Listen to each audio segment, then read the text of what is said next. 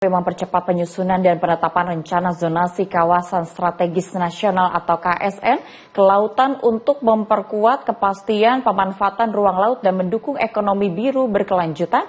Sejumlah KSN yang telah ditetapkan oleh pemerintah tertuang pada peraturan Presiden hingga tahun 2025.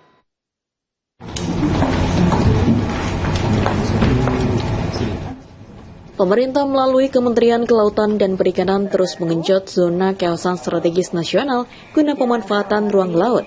Direktur Jenderal Penataan Ruang Laut KKP Kartika Listriana mengatakan, pemerintah telah menetapkan sejumlah KSN melalui peraturan Presiden hingga 2025. Kartika menyebut KSN yang telah ditetapkan antara lain KSN Kedung Sepur, KSN Ibu Kota Nusantara atau IKN, KSN Gerbang Kertasusila, KSN Raja Ampat, dan KSN Banjar Bakula. Selain itu, KKP mencatat sejumlah KSN masih dalam tahap integrasi, antara lain Jabodetabek Punjur, Selat Sunda, Seram, serta kawasan perbatasan negara di Kalimantan dan Nusa Tenggara Timur. Kartika mengatakan percepatan zonasi KSN ditujukan untuk memberi kejelasan arah pemanfaatan ruang laut lintas sektor, mengurangi potensi tumpang tindih, dan mendorong kepastian berusaha. Menurutnya, proses percepatan zonasi KSN dilakukan bertahap sesuai mekanisme harmonisasi lintas kementerian dan lembaga hingga penetapan regulasi tanpa menetapkan tenggat waktu tertentu. KKP telah menindaklanjuti proses zonasi di sejumlah kawasan strategis, antara lain Maminasata, kawasan meliputi Makassar, Maros, Goa, dan Takalar, Batam Bintan Karimun, Taman Nasional Ujung Kulon, serta Teluk Bintuni.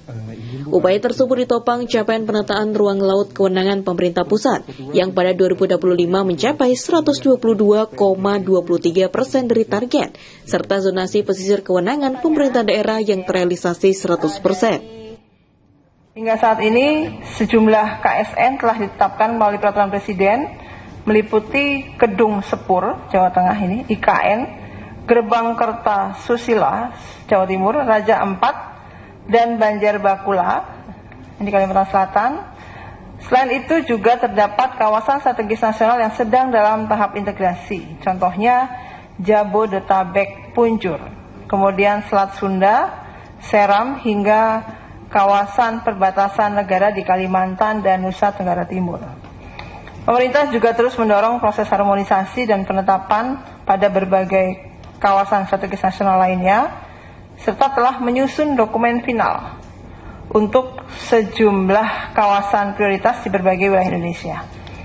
Pada tahun 2025, capaian utama meliputi pembaharuan dokumen kawasan perbatasan negara Aceh dan kawasan strategis nasional Selat Sunda, serta tindak lanjut rencana zonasi pada kawasan strategis nasional strategis seperti Maminasata, Batam Bintan Karimun, Taman Nasional Ujung Kulon, dan Teluk Bintuni.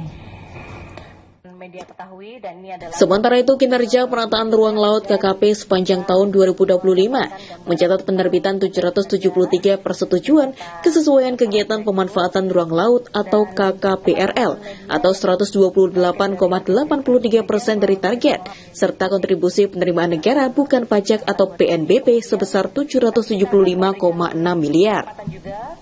Hingga akhir tahun 2025, KKP mencatat 25 provinsi telah memiliki peraturan daerah rencana tata ruang wilayah atau RT/RW yang terintegrasi dengan ruang laut, sementara 11 provinsi masih dalam proses integrasi dan 1 provinsi tidak memiliki wilayah laut.